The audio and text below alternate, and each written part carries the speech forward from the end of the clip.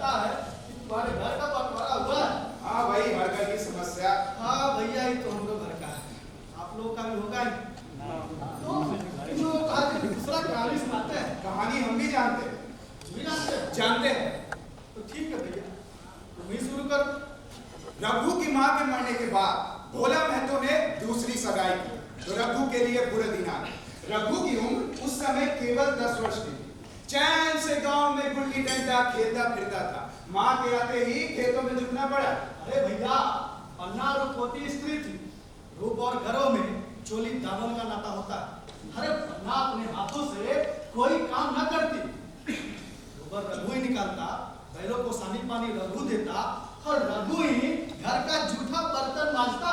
अरे भैया, हुआ यूं कि भोला महतो की आंखें कुछ ऐसी फिरी जिसे रघु में सब बुराइयां ही बुराइयां नजर आती। पन्ना की बातों को वो प्राचीन मर्यादा अनुसार आंखें बंद करके मान लेता था। रघु की शिकायतों का जरा परवाह न करता था। अरे भैया, तो नतीजा ये हुआ कि रघु ने शिकायत करना ही छोड़ दिया। इसके सामने रोए। अरे बाप ही नहीं, पूरा गांव दुश्मन था। बड़ा जिद्दी लड़का है, पन्ना को तो कुछ समझता ही नहीं।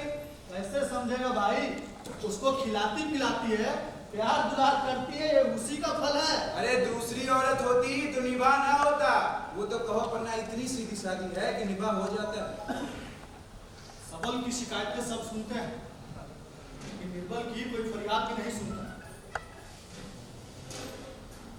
रघु का हृदय मां की ओर से दिन पे दिन बढ़ते जाता। अरे इसी तरह 8 साल बीत गए और भोला के नाम मृत्यु का संदेश आ पहुंचा। पन्ना के 4 बच्चे थे, 3 लड़के और 1 लड़की। इतना बड़ा खर्च कमाने वाला कोई नहीं। रघु अब क्यों कोई बात पूछने लगा? अरे भैया, ये तो मानी हुई बात है कि अपनी मेहरिया लाएगा और अकेले रहेगा। अबे मेहरी आएगी तो घर में आगे न लगाएगी। पन्ना को चारों ओर अंधेरा ही अंधेरा दिखाई देता था। अरे कुछ भी हो, लेकिन अब वो किसी की आश्रय तो बन के ना रहेगी। जिस घर में उसने राज किया उसमें लौड़ी ना बनेगी। लो भैया, अरे जिस लौंडे को अपना गुलाम समझा, अब उसका मुंह ना ताकेगी। वो सुंदर थी, अवस्था भी कुछ ऐसी ज्यादा नहीं। जवानी अपने पूरे बहार पर थी। क्या वो कोई दूसरा घर नहीं कर सकती थी? कर सकती थी। अरे यही ना होगा, लोग हंसेंगे भला से। क्या उसकी बिरादरी जैसा नहीं होता है जो नाक कट जाएगी? अरे ये तो उन्हीं ऊंचे लोगों में होता है कि घर में चाहे जो कुछ हो, बाहर पर्दा ढका रहे। वो तो संसार को दिखा के दूसरा घर कर सकती थी। फिर रघु की दबाएं क्यों रहे? हाँ भैया, क्यों रहे दबाएं बन? अरे जब वो घर में अपने बेटे के साथ रहती तो और क्या करती? पन्ना को चारों ओर अंधेरा ही अंधेरा दिखाई देता था। घर से बाहर निकली, उसने देखा रघु सामने झोपड़े में बैठ गाड़ी बना रहा। लड़के उसे घेरे खड़े हैं। छोटी लड़की उसके गर्दन में हाथ डाले पीठ पे सवार होने की चेष्टा कर रही। पन्ना को अपनी आंखों पर विश्वास न आया। लो भैया,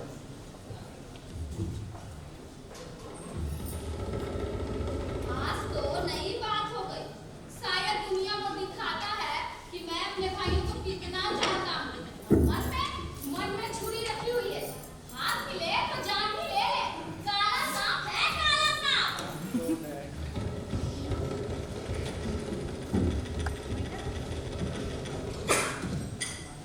तुम सब वहाँ क्या करते हो? चलो घर में आओ, सांझ की बेला है, गाय को खवाते होंगे। अरे मैं तो हूँ ही काकी, डर किस बात का है? ये गाड़ियाँ किसने बनाई? रघु दादा ने बनाई है। और किसने? गति घर से वसूला और वो पानी मांग लाए और चप्पट बना दी काकी। आज खन्नू बैठ, तू डरती है काकी? दादा खींचो।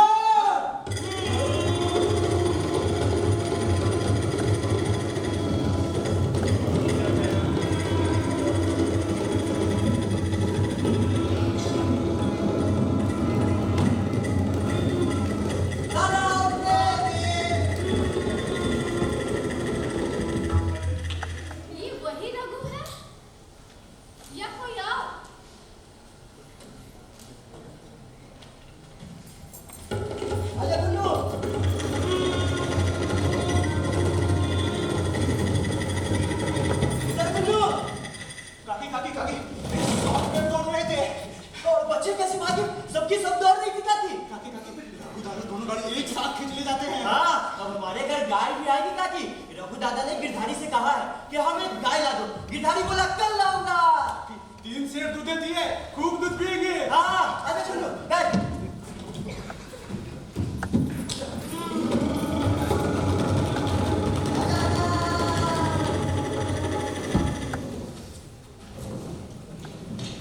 क्यों रे रघु? तुमने गिरधारी से कोई गाय मांगी है? हाँ मांगी तो है, कल लाएगा। रुपए किसके घर से आएंगे ये भी सोचा है? अरे सब सोच लिया है काकी। अरे मेरी ये मुहर नहीं है, इसके 25 रुपए मिल रहे हैं। 5 रुपया बचिया के मुझा दे दूंगा, बस गाय अपनी हो जाएगी। मोहर क्यों बेचोगे? गाय की अभी क्या चलती है? हाथ में पैसे आ जाए तो ले लेना। तेरा खाली खाली गला अच्छा ना लगेगा। इतने दिन गाय न रही तो क्या बच्चे नहीं जिए?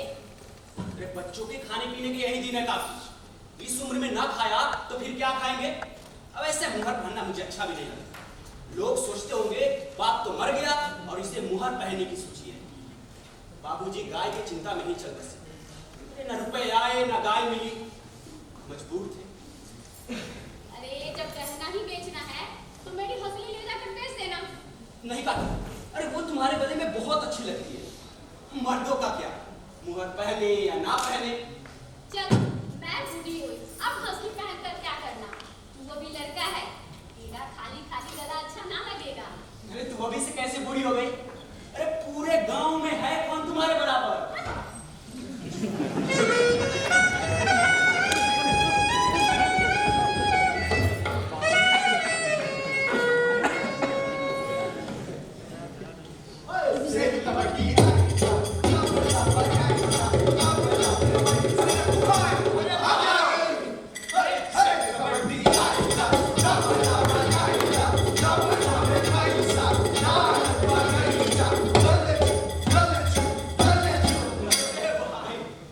बहुत खेल हो गया भाई।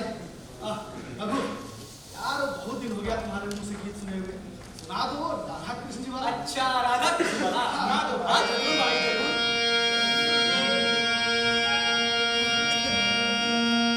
अरे राधा संग कृष्ण मोहन को।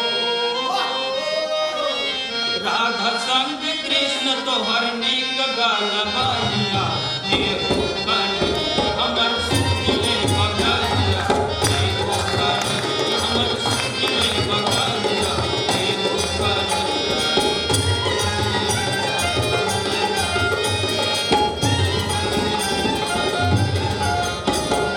हाथ जोड़ कर सुनिया राजिया हाथ जोड़ चला बेला कामना कराचिया हुई पे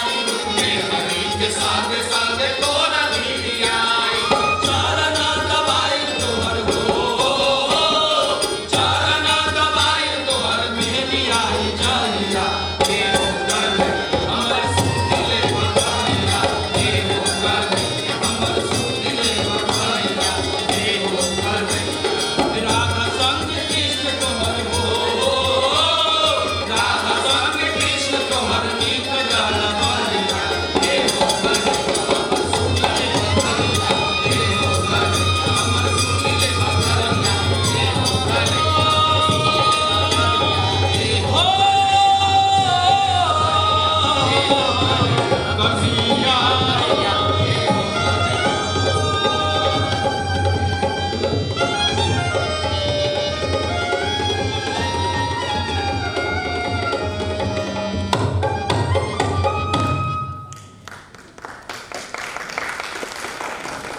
भैया बहू को विदा करा लो। कब तक नैया में पड़ी रहेगी? सब लोग मुझी को बदनाम करते हैं कि मैं ही बहू को नहीं आने देती। अरे अभी जल्दी क्या है भाई? तुम्हें जल्दी ना हो, मुझे तो है। कह दिया कि अभी कोई जल्दी नहीं है। बोली तो तुम्हें जल्दी ना होगी, मेरे लिए जल्दी है। मैं आज आदमी भेजती हूँ। पछताओगी काफी। अरे सुना है उसके रंग ढंग कुछ ठीक नहीं है। ऐसी औरत को घर में लाकर घर की शांति में बाधा डालना नहीं चाहता। अरे काकी, अरे उसका मिजाज अच्छा नहीं है। तुम्हारी बला से जब मैं उसे बोलूंगी ही नहीं तो क्या वो हवा से लड़ेगी? दो रोटियां तो बना लेगी। देख, मुझसे दिन भर काम धाम नहीं होता। मैं आज वाही लेती हूँ। ठीक है, बुलाना चाहती हो बुला लो, मगर फिर ये ना कहना कि ये मेहरिया को ठीक नहीं करता, उसका गुलाम हो गया। ना कहूंगी। इधर आ।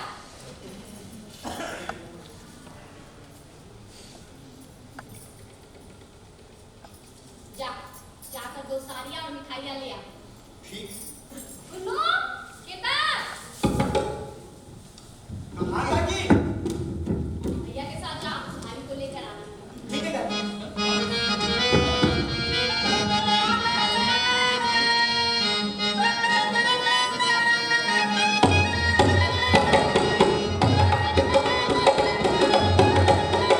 गलिए गलिए घूमत रहूं डोला चढ़े ऊपर छत पर या देख सुना ले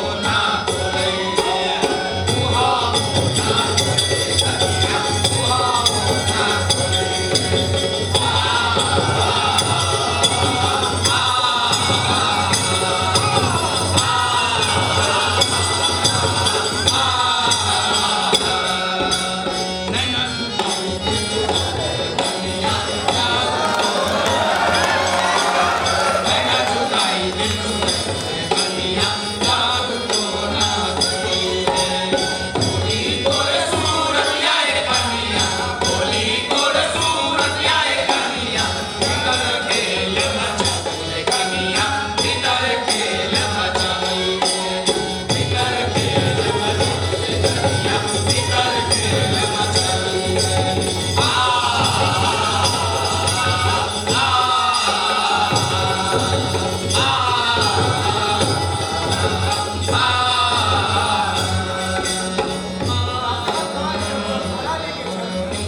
उसका गेहुआ रंग प्रभात की सुनहरी किरणों से गुंदर हो जाता है। मानो हंसा अपनी सारी सुगंध, सारा उन्माद और सारा विलाप लिए मुस्कुराती चली जाती है।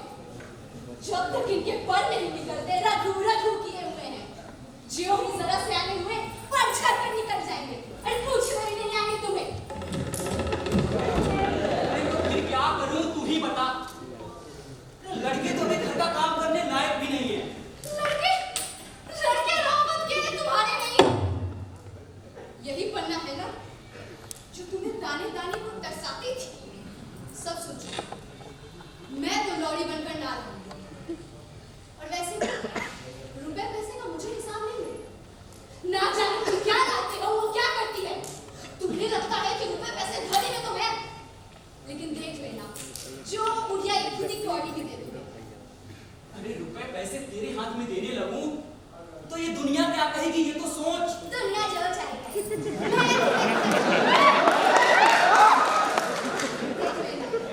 ये भाग दीप का तुम्हारा हाथ काला ही रहेगा।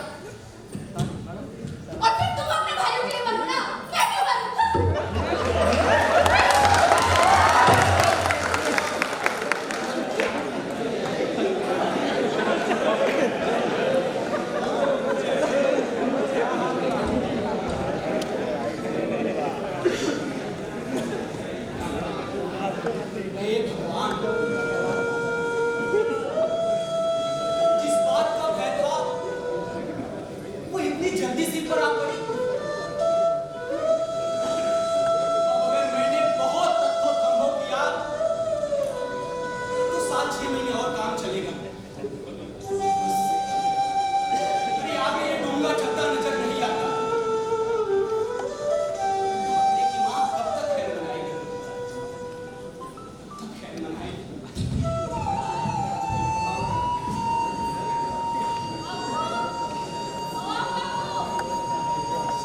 महुआ सूखने डाल दिया है। रात का मौसम है, बखार मेरा गीला हो जाएगा। जरा देखती रहना। नए तालाब से नहाओ। तुम बैठकर देखो, मुझे तो नींद आ रही है। वैसे भी एक दिन नहीं नहाओगी तो कुछ हो नहीं जाएगा।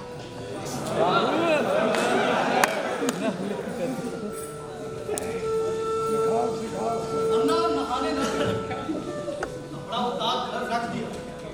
ये कबाब खाने गया। कई दिन के बाद एक शाम बंदा धान रोड कर लौटा। अंधेरा हो गया था। दिन भर की भूखी थी, सोचा था बहू ने रोटी बना रखी हो, मगर इधर देखा तो चूल्हा ठंडा पड़ा हुआ था और बच्चे भूख के मारे तड़प रहे थे।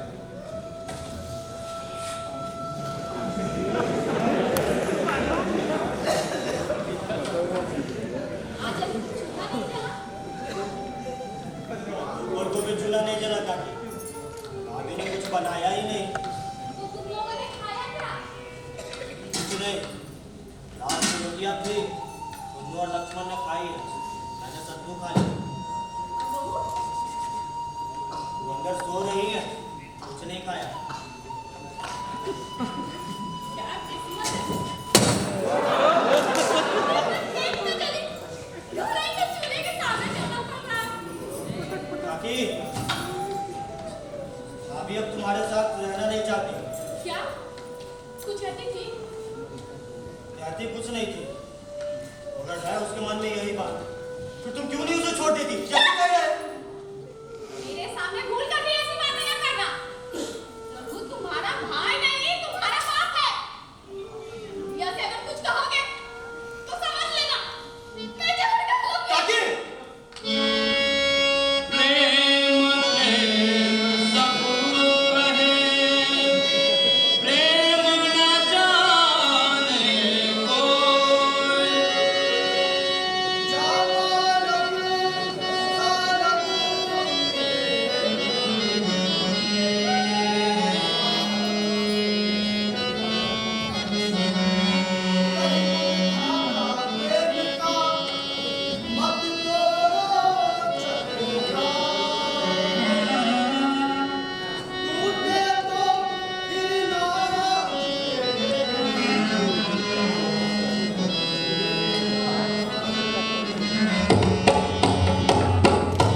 मेला देखने जाएंगे, मेला देखने जाएंगे, खाए खाएंगे, खाए खाएंगे, मेला देखने जाएंगे।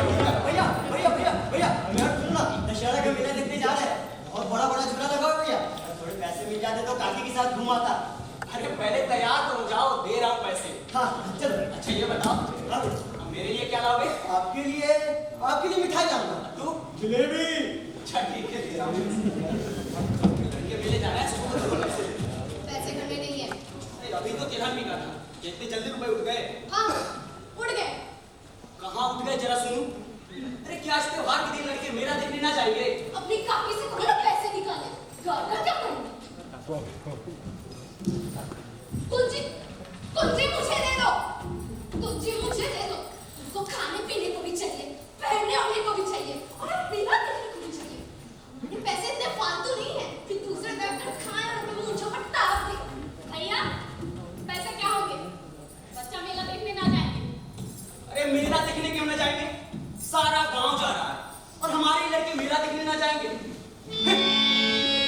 प्रेम प्रेम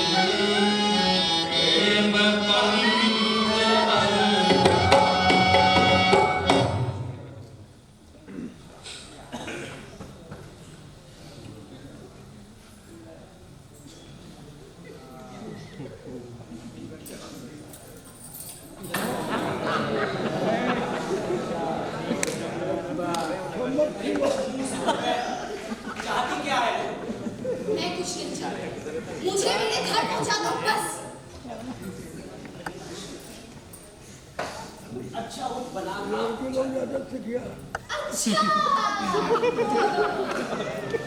तो ये पट्टी पढ़ाई है तुम्हारी काफी है, लेकिन देख लेना मैं भी तो कच्ची खिलाड़ी नहीं हूँ, तुम दोनों की छाती पर फूंक डालूंगी हूँ।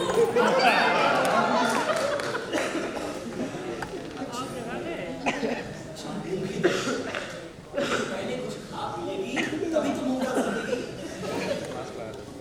अब तो मैं मुंह में पानी तभी डालूंगी जब घर अलग हो जाएगा। बहुत देर चुकी, अब नहीं चला जाता भैया से।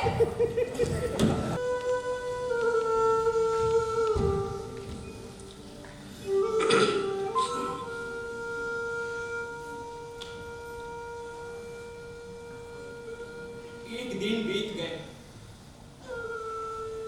मेरे मुंह से एक शब्द भी नहीं निकले। अलग होना है, अरे मैंने तो इसका सपना भी नहीं देखा था।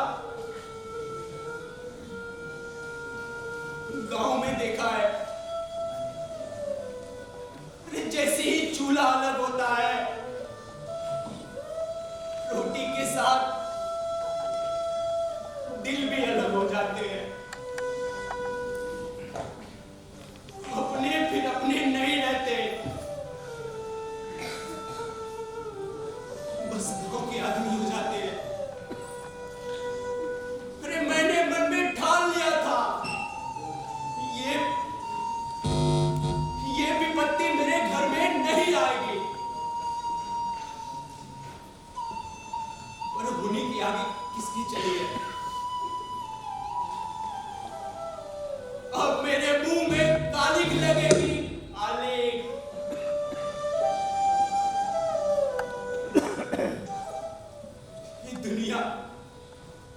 ये दुनिया मुझ पे हंसेगी। अरे मैं किससे अलग हो जाऊं, किससे? जिनको गोद में खिलाया, जिन्हें बच्चों की तरह पाला पोसा, जिनके लिए कितने ही कष्ट झेले, उन्हीं से क्या अपने ही बच्चों को घर से निकाल दो? नहीं कर सकता मैं ये, नहीं कर सकता।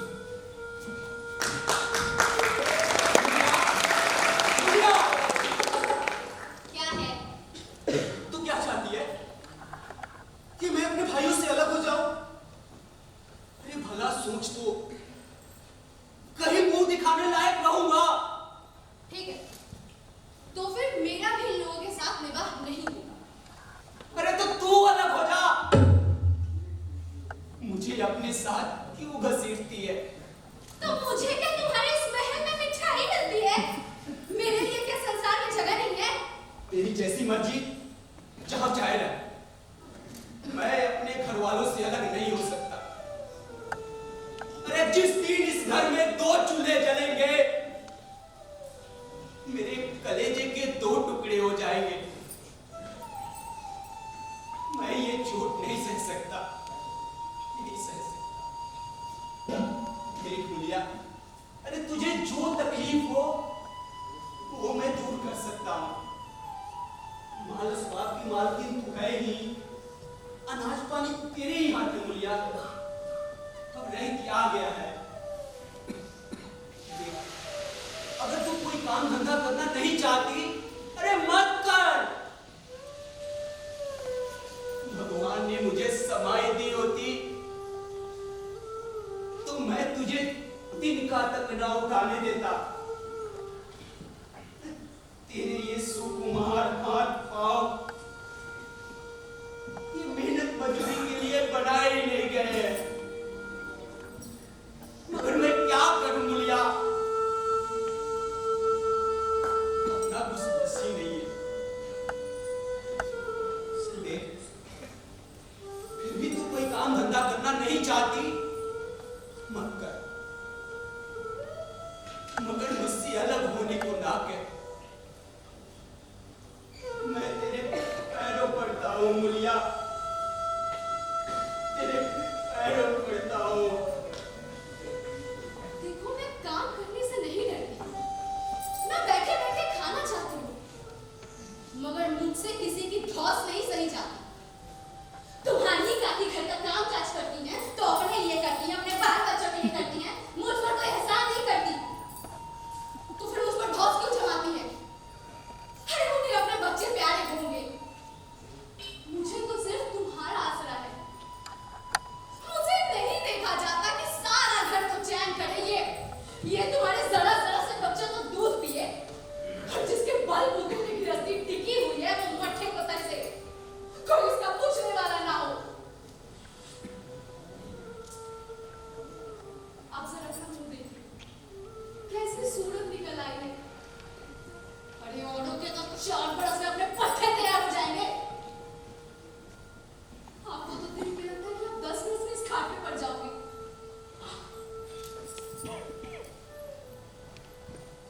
अच्छा ठीक है, आप बैठ जाइए, ऐसे खड़े क्यों हैं? मारकर खा लेगा क्या? मैं आपको बंदा लूंगी या फिर आपकी मालकिन का हुक्म नहीं है? हाँ सच कहो तो तुम बड़े कटकली हो। मैं जानती कि ऐसे निर्मोही से पाला पड़ेगा तो भूल कर भी इस घर में ना आती और आते भी को मन ना लगा, मगर अब तो मन तुमसे डरता। अब मैं यहाँ से जाऊंगी तो मन यही लगा रहेगा और तुम जो हो मेरी बात ही नहीं पूछते। मुलिया मुझसे ये ना होगा, ना होगा मुलिया। अरे अलग होने का ध्यान करते ही मेरा मन न जाने कैसा हो जाता है। ये चोट मुझसे ना सही जाएगी मुलिया। तो चूड़ियां पहनकर अंदर बैठ जाओ। हरला, मैं मुझे लगा लूं।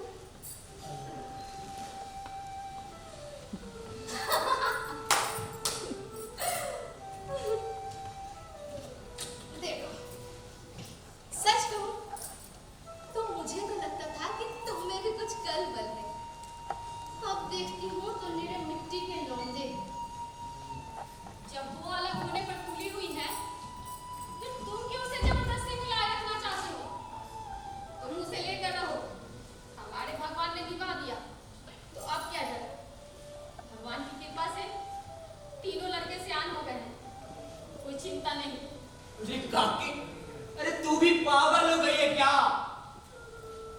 अरे जानती नहीं, 2 रोटियां होते ही 2 मन हो जाते हैं। जब वो मानती नहीं तो तुम क्या करोगे? भगवान की मर्जी होगी तो कोई क्या करेगा? भाग्य में जितने दिन एक साथ रहना लिखा था उतने दिन रहे, उसकी यही मर्जी तो यही सही। तुमने मेरे बाल बच्चों के लिए जो कुछ किया वो मैं भूल नहीं सकती। तुम्हारी किसी पर अपना हाथ न रखा होता तो ना जाने ना जिंदगी क्या करती होती, ना जाने किसकी दुआ पर भीख मांगते होते, ना जाने किसकी दुआ पर ठोकर खाते होते। तुम्हारा जश्न मरते दम तक गाऊंगी, चाहे तुमसे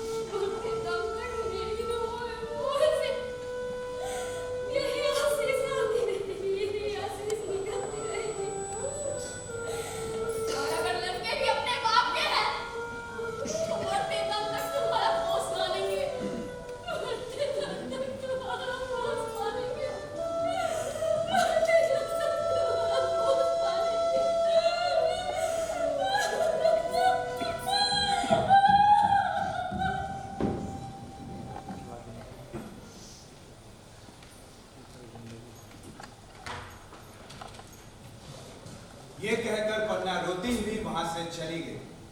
रघु वही मूर्ति की तरफ बैठा रहा, आंखों से आंसू बह रहे थे। पन्ना की बातें सुनकर मीरिया समझ गई कि अपने पौवारा चटपट उठी, झाड़ू लगाया, चूल्हा जलाया और कुएं से पानी लेने चली गई। उसकी टेक भी पूरी हो गई। गांव में स्त्रियों के दो दल होते हैं, एक सासों का और दूसरी बहुओं का। बहुएं सलाह और सहानुभूति के लिए अपने दल में जाते हैं और सासें अपने में। तो दोनों की पंचायतें अलग होती है। भैया कुएं पे गई, उससे 2-3 बहुएं मिल गई।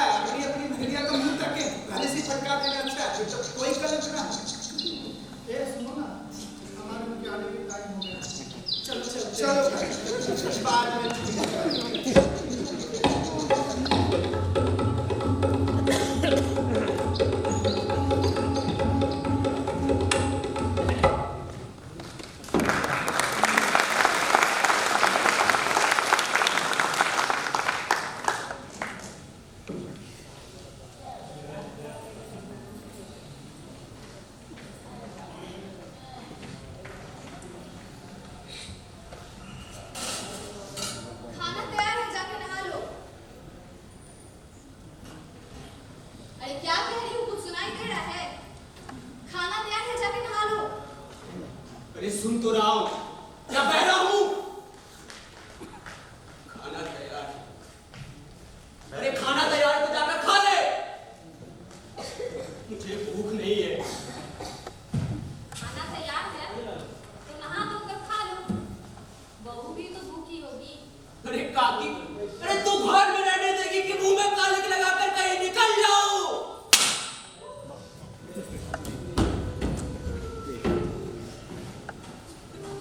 खाना तो खाना ही है। आज ना खाऊंगा, कल खाऊंगा, लेकिन अभी मुझसे ना खाया जाएगा, ना खाया जाएगा।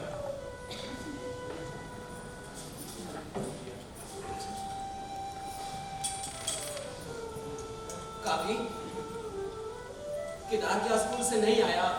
अभी तक नहीं आया, आता ही होगा।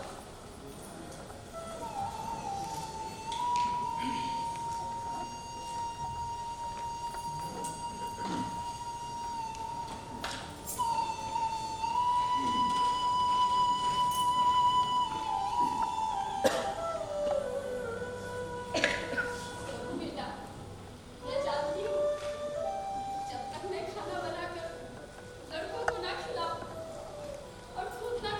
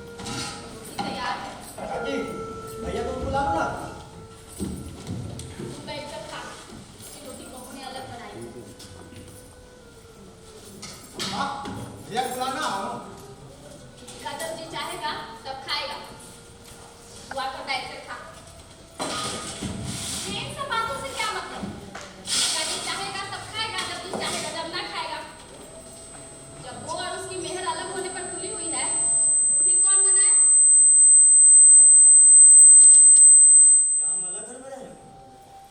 जी चाहे एक घर में रहे, जी चाहे आंगन में दीवार डलवा ले। भैया तो भी हुक्का लिए बैठे हैं। जब जी चाहे ना खाए, तू चुपचाप से खा। भैया ने भाभी को नहीं डांटा? भैया ने भाभी को नहीं डांटा। भैया ने भाभी को नहीं डांटा तो अब तुम डांटो। ए, तुम सब चुपचाप से खा। ये बताइए, भैया ने भाभी को नहीं डांटा।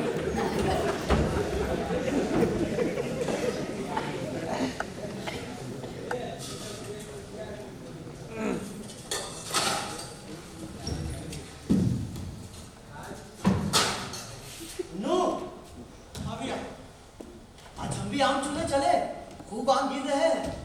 दादा जो बैठे हैं, मैं न जाऊंगा, दादा घुड़केंगे। अरे वो तो अलग हो गए ना। तो हमको कोई मारेगा तो भी दादा नहीं बोलेंगे। वाह, तब काहे नहीं बोलेंगे?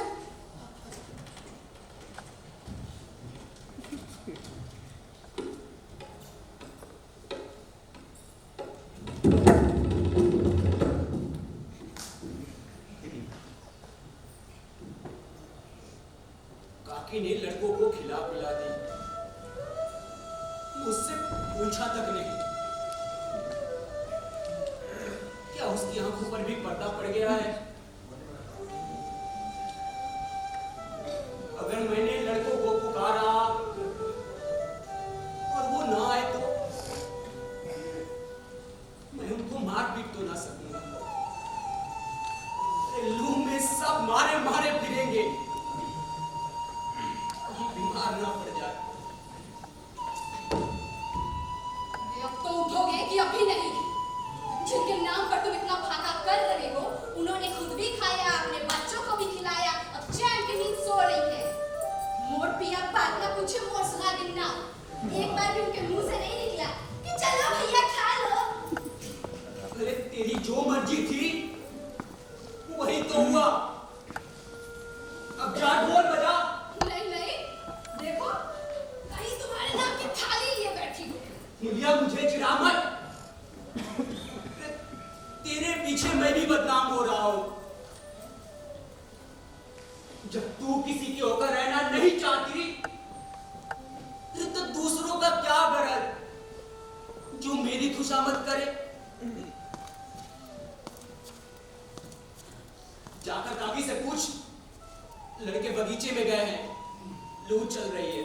ये जाता है ये, तुम्हें 100 बार गरज हो जाकर पूछो खुद। काकी, काकी, लड़के बगीचे में गए हैं, लू चल रही है। अब उनका कौन पूछता है? बगीचे में जाए, पेड़ पर चढ़े, पानी में डूबे, मैं अकेली क्या क्या करूं? जाकर पकड़ लाऊं? तुम्हें जाना होता तो चले ना जाते, तुम्हारे सामने ही तो गए होंगे।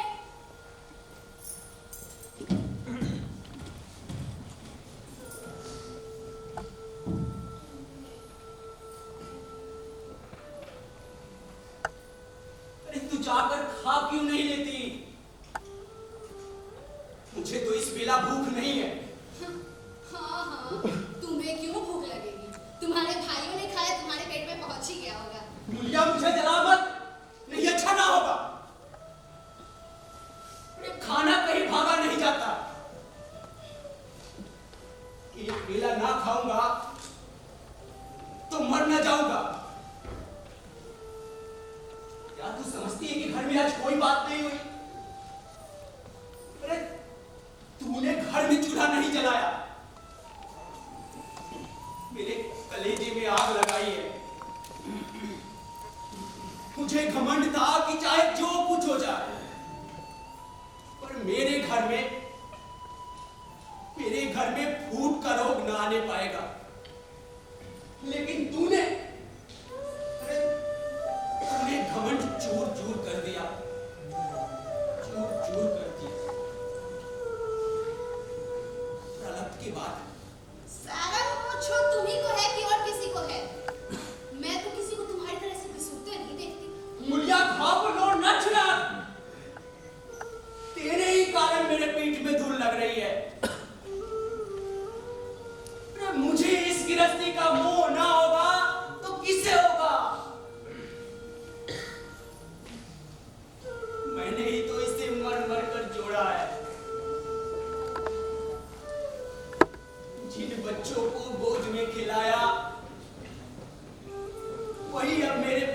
होंगे।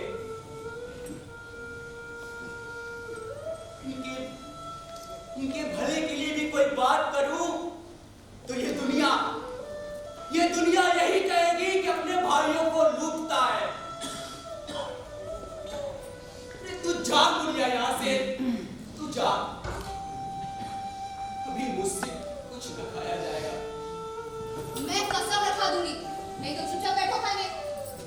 देख मुलिया, अरे अब भी कुछ नहीं बिगड़ा मुलिया, तू अपना हाथ छोड़ दे मुलिया। हम आ नहीं रहूंगे जो खाने बनाऊंगे। ये तूने क्या किया मुलिया? ये क्या किया? मैं तो उठ ही रहा था, चल खा लो, नहाने धोने हो जाए। लेकिन इतना कह देता हूं, चाहे तू मुझे 2 की जगह 6 रोटियां खिला दे,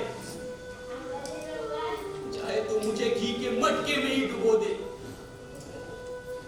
मगर मेरे दिल से ये दाग कभी नहीं मिटेगा। अरे दाग साग सब मिट जाएगा। शुरू में सबको ऐसा नहीं लगता। उधर देखते नहीं हो कैसी चैन की बंसी बज रही है। अरे वो तो चाह ही रही थी कि दोनों घर अलग हो जाए। अब वो पहले किसी तो चाहती है नहीं कि जो कुछ तुम घर में लाओ सब गायब कर दो। अब कहीं हमारे साथ नहीं। इसी बात का तो मुझे गम है। काफी से मुझे ऐसी आशा न थी। ये खाना अरे जैसे किसी अपने के श्राद्ध में बैठा हूं। ऐसा लगता है रोटी, दाल और दूध जैसे जहर के घूंट हो। इसकी तरफ देखने की भी हिम्मत नहीं हो रही।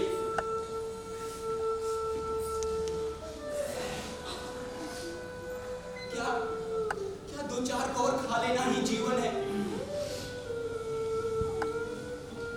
मुझे रातों में नींद नहीं आती, मन में अजीब शंका छाया रहता है। ऐसा लगता है जैसे बाबूजी मत देखिए बाबूजी मुझे, बाबूजी आपकी आंखों में मेरा प्राण चल रहा है, बाबूजी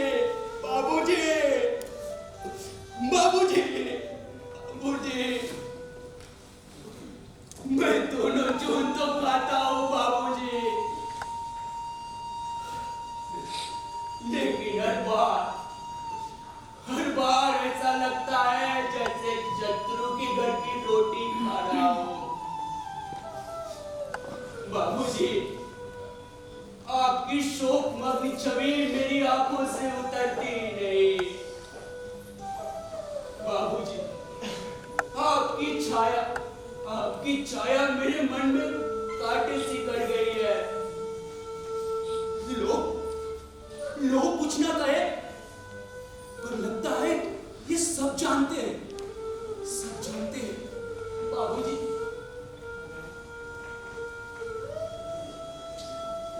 हे भगवान, ये कैसा दंड है? काश मेरी आंखें खुले और सब ठीक हो जाए। जब मैं मरूं तो बाबूजी के सामने सम्मान से निरपराध खड़ा हो सकूं और कहूं, बाबूजी मैं रघु बाबूजी, रघु।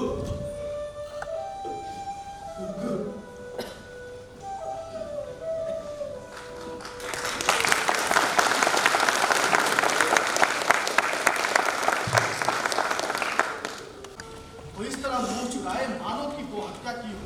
5 साल गुजर गए। रघु अब 2 लड़कों का बाप। आंगन में दीवार खिंच गई थी, खेतों में मेड़े डाल दी गई। केदार की उम्र अब 19 की हो गई थी। लिखाई छोड़ करके खेती बाड़ी करता और पुन्नो गाय चराता। पन्ना और मुलिया दोनों एक दूसरे की सूरत से जलती थी। अरे भैया, मुलिया के 2 लड़के थे और दोनों के दोनों पन्ना के पास ही रहते। पन्ना उसे नहलाती धुलाती, आंखों में काजल लगाती और दिन भर गोद में लेकर घूमते फिरती, लेकिन मुलिया के मुंह से अनुग्रह के एक शब्द भी ना निकलते।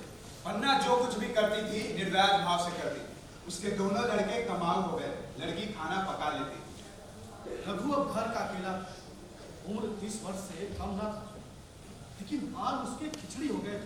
मुलिया की स्वार्थपरता और अदूरदर्शिता ने लहराती हुई खेती उजाड़ दी। अगर सब एक साथ रहते तो वो अब तक पेंशन पा जाता। मजे में द्वार पर बैठकर नारियल पीता, भाई उसके काम करते वह सलाह देता, मैं तो बना फिरता, कहीं किसी के झगड़े चुकाता तो कहीं किसी साधु संतों की सेवा करता। भैया, ये तो अवसर हाथ से निकल चुका। अरे उसे चिंता भार दिन प्रतिदिन बढ़ता जाता। जब भी वो घर में जाता, क्या कहता, इस मुंह से जाता, लेकिन भैया उसे खुद अब लज्जा आने लगी। जीर्ण ज्वर की औषधि, आराम और पुष्टिकारक भोजन, न वह वसंत मालती का सेवन कर सकता था, न ही वह आराम से बैठकर बलवर्धक भोजन कर सकता। कमजोरी बढ़ती ये पन्ना को समय मिलता तो आकर उसे तसल्ली देती, लेकिन उसके लड़के उससे बात तक न करते। अरे दवा दारू क्या करते, मजाक उड़ाते उसका।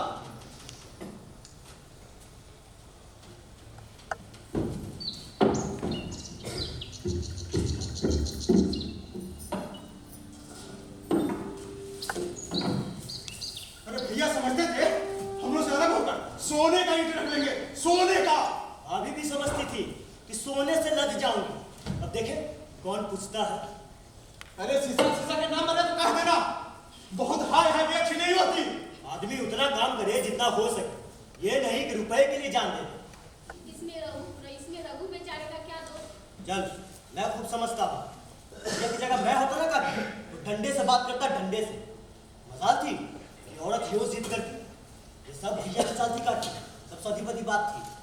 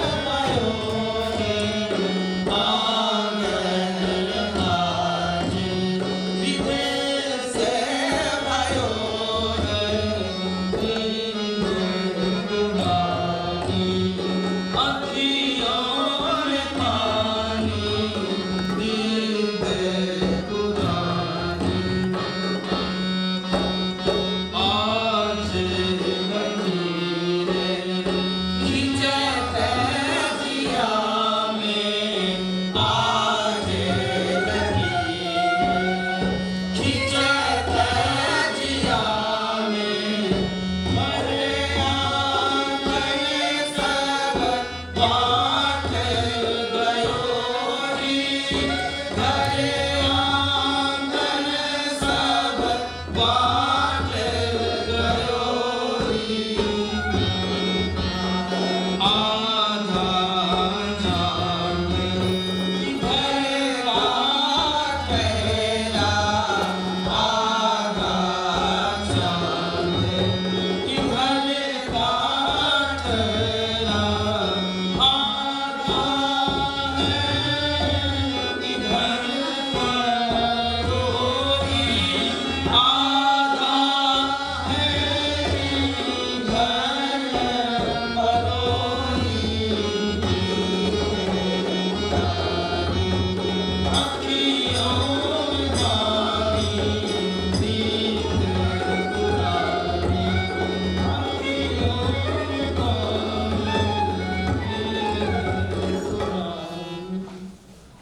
आखिर एक दिन रघु का टिमटिमाता हुआ जीवन दीपक बुझ गया। मौत ने उसकी सारी चिंताओं का अंत कर दिया। उसने केदार को बुलाया था और केदार मुख में पानी दे रहा था। डर गया कि भैया कहीं दवा लेने ना भेज दूं। रघु की मौत के बाद मुलिया का जीवन अंधकारमय हो गया। जिस भूमि पर उसने मंसूबों की दीवार खड़ी की थी वह नीचे से खिसक गई। जिस खूंटे के बल पर उछल रही थी वही खूंटा उखड़ गया। लोगों ने कहना शुरू कर दिया कि भगवान ने कैसा तत्काल दंड दिया है। बेचारी लाज के मारे अपने दोनों बालकों को लेकर रोया करती थी। गांव में किसी को मुंह दिखाने का साहस तक न होता था। इसी तरह 13 दिन बीत गए। क्रियाकर्म से छुट्टी मिली। मुलिया अपने दोनों बालकों को गोदी में उठाकर अनाज मारने चली। उसे अलग होने का अब भी कोई पछतावा न था। तभी उसे एक बच्चे का रोना सुनाई दिया। उसने उधर देखा तो बड़ा लड़का छोटे लड़के को चुप कराते हुए कह रहा था, भैया चुप रहो, चुप रहो। उसके मुंह पे हाथ फेरते हुए उसे चुप कराने को व्याकुल था। पर जब वो चुप ना हुआ वह खुद उसके पास लेट गया और उससे सीने से लगाकर प्यार करने लगा। जब ये भी प्रयत्न सफल न हुआ तो वो स्वयं रोने लगा।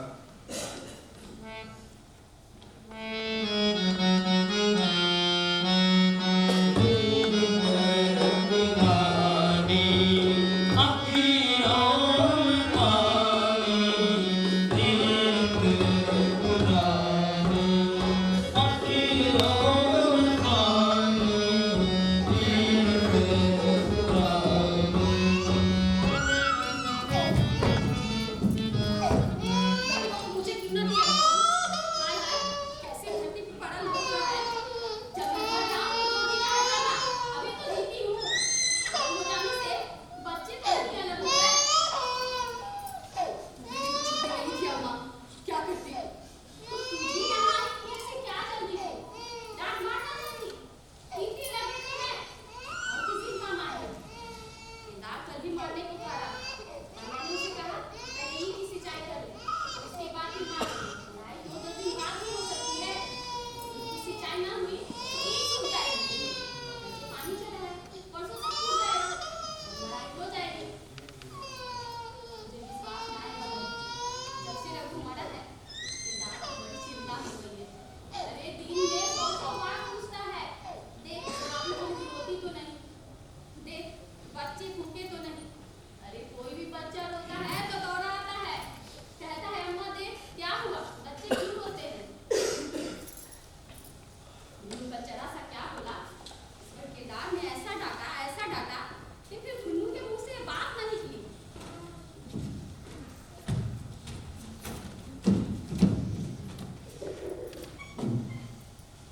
दादा, पहले हम अपनी ईख में पानी दे लेंगे, तब भैया की ईख में पानी देंगे। कैसे तुम्हारी और कैसे हमारी हो?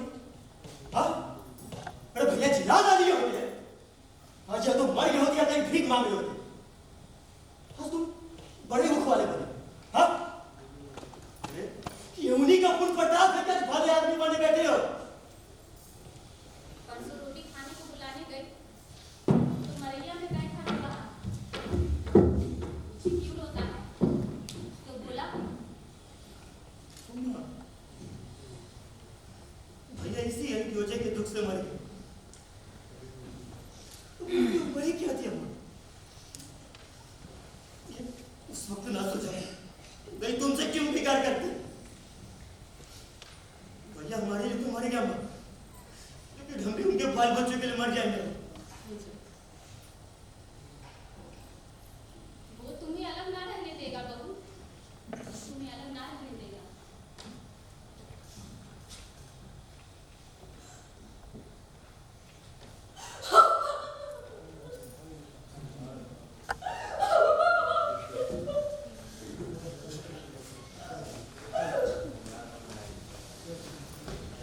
मुलिया की आंखों से आंसू थमे नहीं थे। आज वे आंसू केवल दुख के नहीं थे बल्कि आत्मबोध के थे। हाँ, क्योंकि पन्ना की बातों में आज व्यंग नहीं था। सच्ची वेदना थी, सच्ची चिंता और सच्ची सांत्वना थी। पहली बार मुलिया का मन पन्ना की ओर इतने गहरे आकर्षण से खींचा था। उसकी आत्मा ने हलगुजे पर स्वयं को धिक्कारा। इस घटना को घटित हुए 5 वर्ष बीत चुके हैं। पन्ना अब वृद्धा हो चुकी है केदार अब घर का मालिक है और मिया घर की मालकिन। खुन्नू और लक्ष्मण का विवाह हो चुका है। पर केदार अभी अविवाहित है। जब उससे कारण पूछा जाता है तो बस इतना ही कहता है, मैं विवाह ना करूं। इतनी सगाइयां आई, कई जगह से बातें हुई, पर ये हामी ना भरता है। औरतों से कौन सी मेहरिया घर में आए और आदमी का भी जात बदले। जो कुछ में मेहरिया है, तो तेरा वंश कैसे चलेगा? मेरा बस तो चल रहा है। दोनों लड़कों को मैं अपना ही समझता हूँ। इतना भी है कि तुम लिया को भी अपनी मेहरिया समझता होगा। वो तो गाली देती हो ना। गाली कैसी? भाभी तो है। मेरे जैसे लड़ गवार को क्यों पूछने लगे? ये तू करने को कहा तो मैं उससे पूछूं। नहीं भैया, कहीं वो रोने गाने ना लगे। तू करने को कहा तो मैं बातों बात में उसकी मन की खा लूं। मैं नहीं जानता, तू जो चाहे।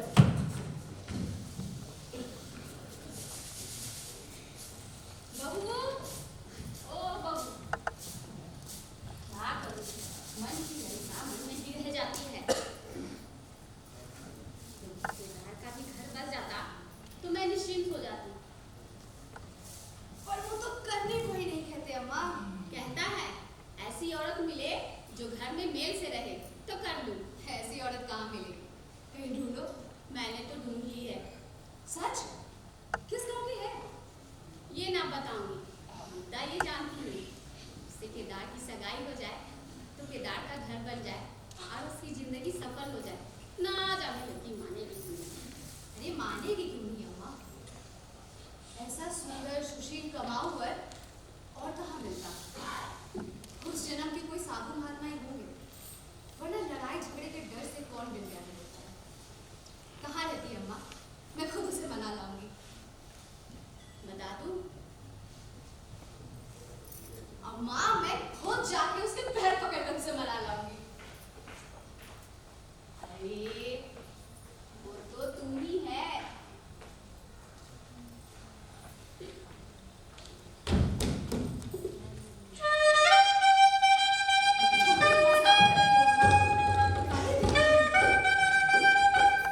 मजाक कैसी? देवर ही तो है। पर वो पुलिस बुढ़िया को क्यों पूछेगी? अरे वो तुझी पर नजर गड़ाए बैठा है। तेरे सिवा उसे और कोई नहीं भाती। मैं उसके मन की बात जानती हूँ।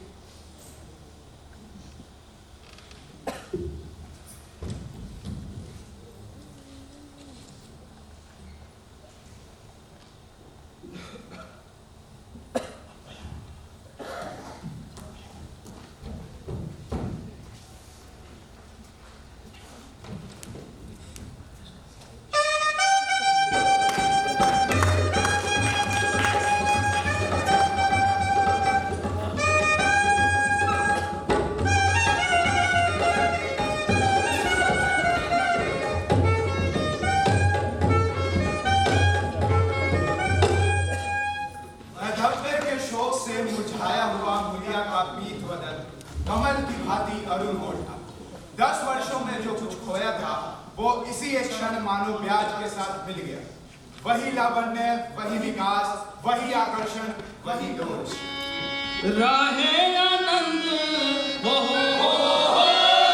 राहे आनंद लोगिन तोर अपना संत परिवार समाज के कहना संत परिवार समाज के कहना संत परिवार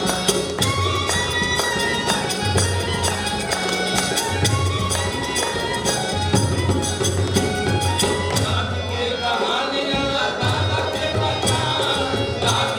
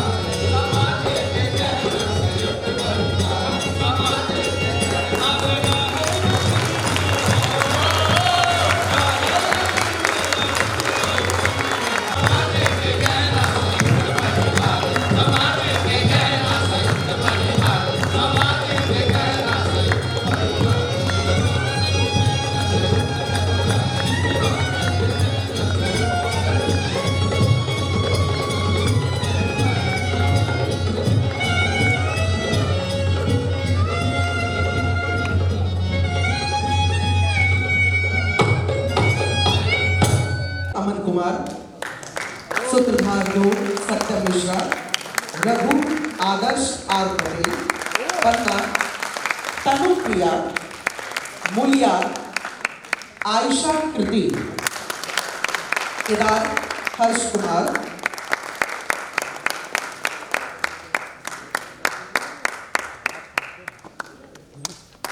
खुन्नू रवि रोशन कुमार के लड़की तनुप्रिया।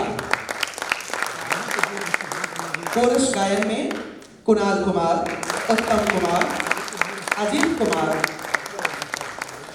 संगीत संयोजन एवं हारमोनियम पर थे चंदन ओगना।